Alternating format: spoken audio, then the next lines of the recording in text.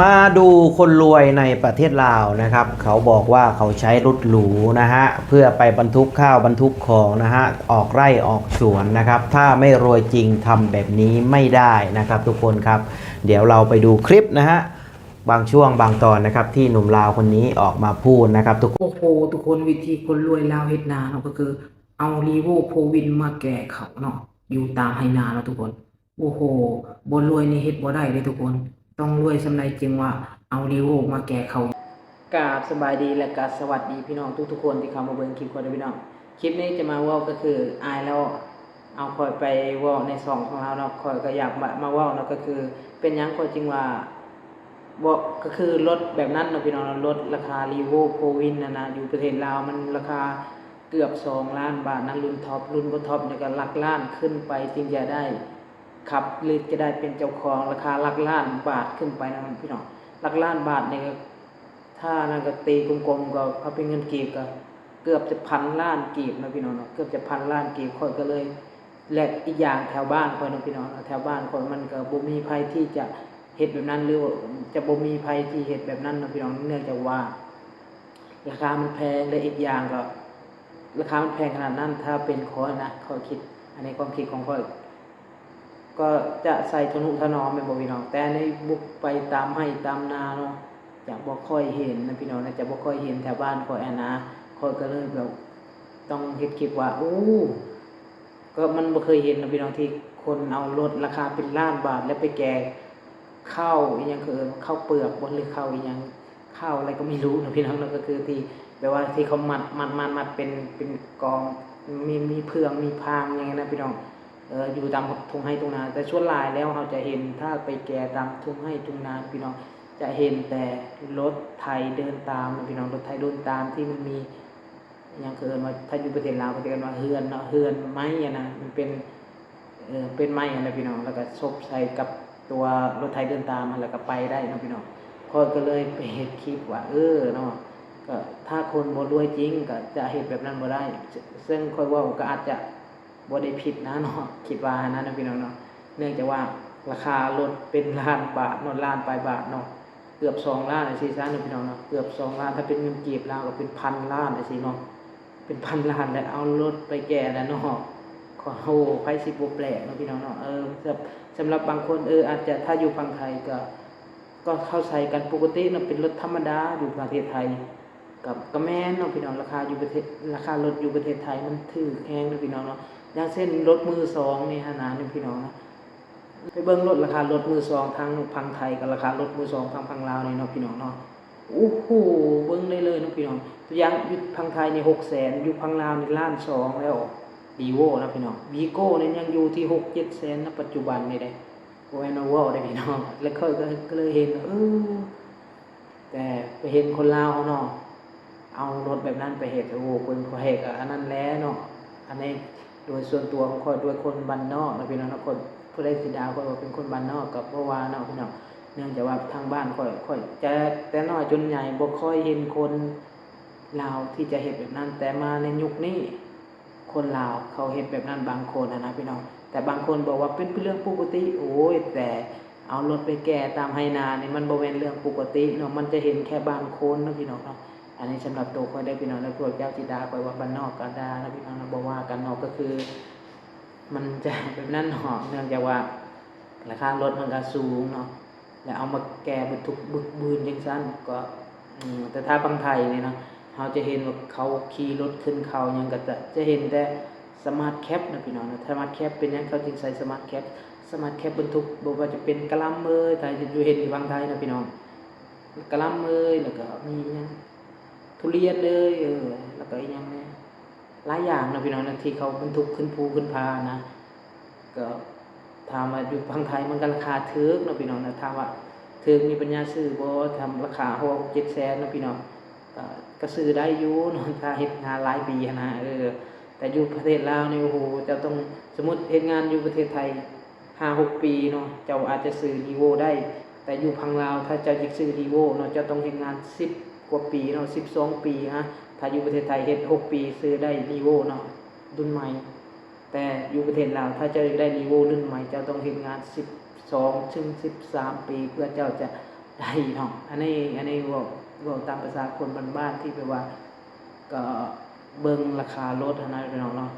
เบิ่งราคารถในประเทศลาวโอ้แล้วเฮาไปเทียบราคารถอยู่ประเทศไทยกับประเทศลาวนี่เนาะราคาถ้ามือสองนี่โอ้ย4-5 แสนเนาะ4 แสนพื้นๆนี่ได้ขี่แล้วนะพี่น้องนะรีโวบักงามๆเลยถ้าเป็นอยู่ลาวนี่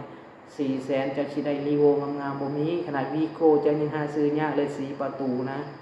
ถ้าแคปนี่4 แสนสิมีก็ยังหายากแฮงนะพี่น้องนอกจากว่ารุ่นเก่าแฮงเนาะเป็นวีโก้นู่นวีโก้สมาร์ทแคปวีโก้4 แสนอาจจะซื้อได้นะพี่น้องเนาะวีโก้ถ้าเป็นอยู่ไทยนี่ซื้อสมาร์ทแคปรีโวก็ได้คือกันนะพี่น้อง4 แสนนะถ้า4 แสนบาทอยู่ลาวนี่จะไปหาซื้อรุ่นรีโวบ่มีทางได้เนาะบ่มีทางเลยพันธงนะพี่น้องเนาะแต่อยู่พังไทยนี่ซื้อได้นะมือสองนะมือสองอยู่พังลาวนี่ยังต่ำเลยนะถ้ารถมีหนังสือรถมีอย่างไรพี่น้องจะอยู่ที่8-9 แสนบาทเนาะถ้าเป็นวีโก้ในสมาร์ทแคปก็อยู่ที่6-7 แสนแล้วเนาะพี่น้องเนาะโอ้วีโก้4 ประตูนี่ก็8-9 แสนคุณโอ้โหเจ้าคิดเบิ่งพี่น้องหลังจากบ่ให้ค่อยเฮ็ดคลิปไปจังได๋ซะเนาะนะพี่น้องเนาะก็เลยค่อยก็เฮ็ดคลิปตอนนั้นก็แล้วค่อยบ่ฮู้ว่าเราเอาไปนี่เป็นดราม่าบ่หรือว่าจังได๋นะพี่น้องเนาะก็เลยค่อยเลื่อน YouTube ไปแล้วก็เลยเห็นเกิดหยังขึ้นวะ ก็เลยเข้าไปเบิ่งนะพี่น้องก็เลยอยากจะมาเฮ็ดคลิปเล่าในมุมของข้อยเองนะพี่น้องที่เฮ็ดคลิปแบบนั้นเนาะเนื่องจากว่าบ่ค่อยเห็นแต่น้อยจนใหญ่บ่ค่อยเห็นนี่แหละเนาะก็เลยเกิดเหตุเนาะก็เลยเห็นก็มีทั้งคอมเมนต์คนลาวบางคนก็บอกว่าโอ้ยมันเป็นเรื่องปกติบางคนนู่นนี่นั่นสารพัดนะบางคนก็บอกว่าอยู่บ้านค่อยนะนู่นนี่นั่นเอารถพอร์ตเอารถยังแรปเตอร์ไปแก่ข้าวเปลือกข้าวสารอย่างประมาณนี้ก็ว่ากันไปนะก็มีคอมเมนต์หลายๆคนทั้งมีทั้งส่วนหลายแล้วก็จะคอมเมนต์คนลาวเนาะซองมันเป็นซองแอปสีดำของค่อยนี่แหละนะพี่น้องค่อยก็ลงไปตอนนั้นก็คือลงไปโดนแล้วแหละเนาะก็เลยเลื่อนมาเองก็เลยมาเล่าให้จริงๆค่อยอันนี้ก็บ่ได้เว้าอายนะเราได้เนาะค่อยก็เข้าไปเบิ่งเราจนจบเลยว่า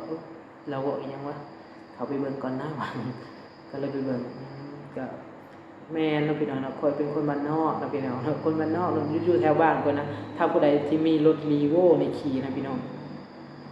ครอบครัวนั้นต้องมีเงินในระดับหนึ่งฐานะนี่โอ้โหบอกกับธรรมดาแหละคนมีเงินที่จะต้องได้ขี่ Revo นะแถวบ้านคนนี่พี่น้องแทบจะบ่มีคนขี่ Revo เลยในหมู่บ้านของคนหรือว่าถ้าเปรียบเป็นประเทศไทยในอย่างว่าในตัวอำเภอบ่ในอำเภอ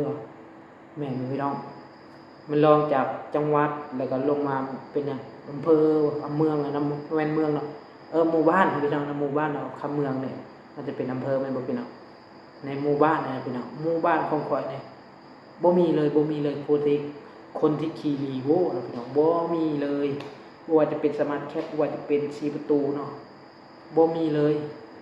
บ่มีอีหลีพี่น้องมีแต่วีโก้นี่มีอยู่สมาร์ทแคปวีโก้เนี่ยคนหนึ่งในหมู่บ้านนะในหมู่บ้านแล้วก็นอกนั้นก็จะเป็นแล้วก็มีวีโก้4 ประตูอีกครอบครัวหนึ่งเป็นในครูเป็นวีโก้เนาะแม่นแหละจะบ่กี่คนเองเนาะพี่น้องจะบ่กี่คนเองที่แต่ Revo เนี่ยที่จอดในประเทศลาวนี่ยังบ่เห็นเนาะยังบ่เห็นเลยอย่าเว้าถึงว่ารถเก๋งรถสปอร์ตรถซุปเปอร์คาร์ยังบ่ต้องเว้าถึงนะพี่น้องเว้าแค่ Revo รถกระบะธรรมดา Isuzu D-Max เนี่ยยังบ่มีเลยเนาะพี่น้องเนาะโอเคเนาะคลิปนี้ก็ประมาณนี้เนาะพี่น้องเนาะบางคนก็เป็นหยังจังว่าคนจังว่ารถก็สิว่าวิธีคนรวยเนาะก็แม่นเลยเนาะพี่น้องถ้าบ่รวยก็คือบ่มีไผขี่ได้ Revo นี่ได้ประมาณนี้เนาะพี่น้องเนาะคลิปนี้ก็สิมาเว้าประมาณนี้แหละเนาะจะมาชี้แจงหรือว่าสิมาเว้าในมุมของข้อยเนาะพี่น้องเนื่องจากว่าเห็นอ้ายเราไปลงเนาะอ้ายเราไปลงก็เลยจะมาเฮ็ดคลิปเว้าในมุมของเจ้าของเนาะพี่น้องว่าเป็นหยังจึงเว้าแบบนั้นเนาะในความรู้สึกของข้อยเนาะพี่น้องเนาะถ้าเราเห็นอยู่ประเทศไทยเขาก็ขี่เป็นเรื่องปกติเนาะพี่น้องเนาะว่าจะเป็นบังคับใน GTR อย่างนี้เนาะแม่นบ่ GR GR Sport นะฮะ